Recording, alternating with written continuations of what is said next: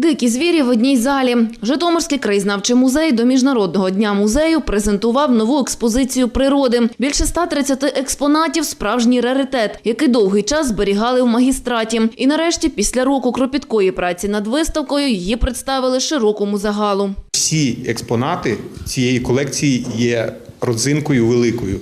Це раритети. Ви, напевно, звернули увагу, що на етикетках є роки, експонатам, яким вже понад 100 років.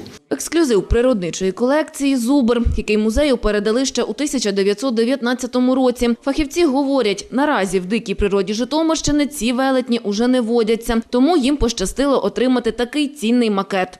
Популяція українська надзвичайно низька, десь порядка від 200 до 300 – це на всю територію України. І в межах Житомирщини вони просто не трапляються. Хоча десь 1,5 століття тому в Городниці, Новоград-Волинському районі, там було поголів'я.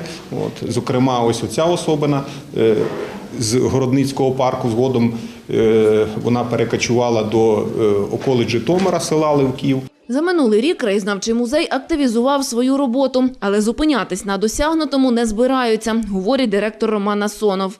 Завдяки наполегливій роботі наш заклад відвідало більше 200 тисяч чоловік. Але ми не говоримо лише про цей краєзнавчий музей, адже ми маємо ще філії по області. Крім того, за 150 років існування музею за минулий рік вдалося поповнити фонди на 6 тисяч. Ми провели понад 100 масових заходів.